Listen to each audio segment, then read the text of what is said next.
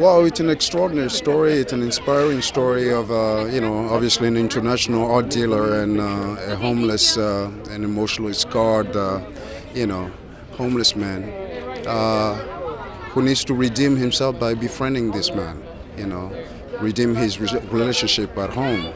So it's a very powerful story.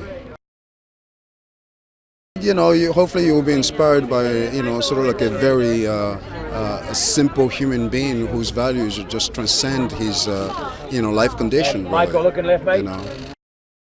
It just had a very human quality to it. I believed it, and obviously a chance. I worked with Renee again. I've worked with her before. She's fantastic. Djimon, I'm a huge fan of.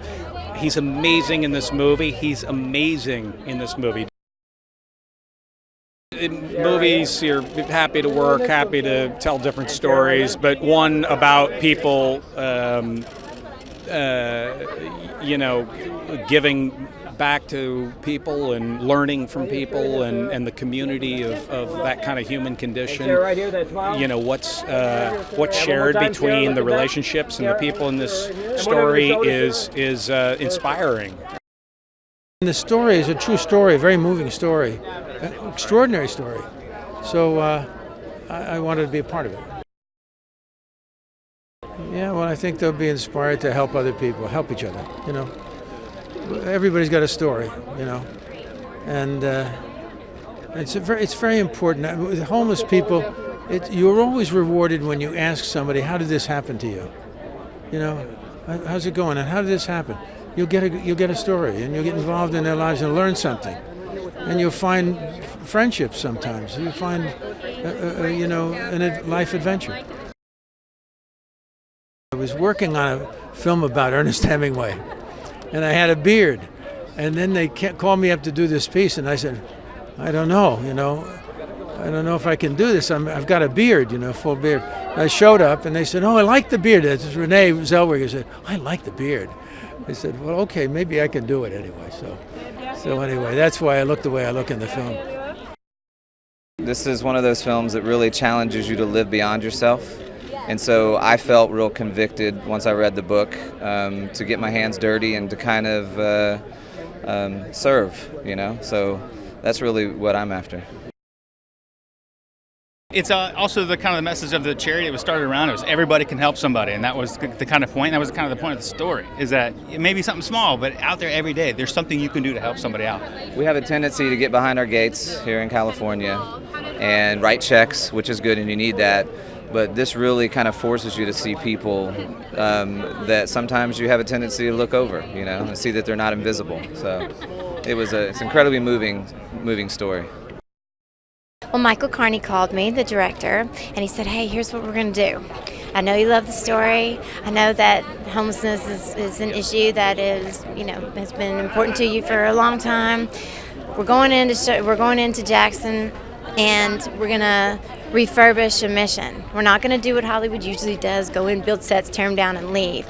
We're going to improve the services that are available to the homeless community, and we're going to leave it that way. We're going to make it better, and do you want to be part of it? It's pretty easy, yes.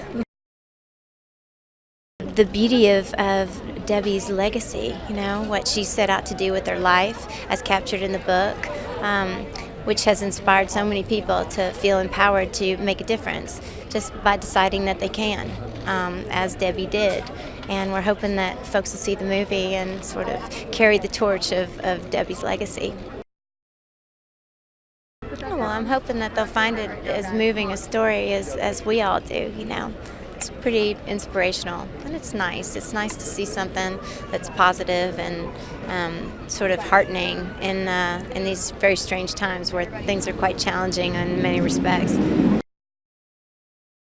It's great timing, I think. You turn the news on, and it's sort of disheartening. A lot of shocking surprises, natural disasters, a lot of suffering at the moment, it seems, and it's nice that there's something that can remind us of our humanity and inspire us by seeing that, folks are still busy doing good things in the world, making good things happen, taking care of each other. Ron's a lot of fun. he's a lovely person, and his heart's in the right place, and he's committed his life to changing lives. And boy, he's been so successful at it, and I wish him well as he keeps on going with his mission.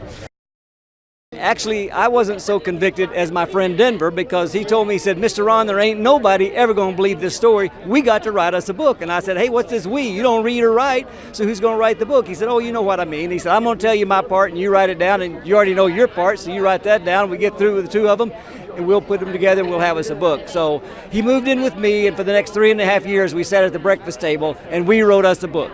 Wow. And he was the first co-author of a New York Times bestseller that did not know how to read and write when he wrote his book. I hope everyone will leave this theater and be thinking about how they could do a random act of kindness that might change a nation. This is really a story about one woman's random act of kindness that has now hopefully gone viral, and we'd love to be able to change the world just with one act of kindness at a time.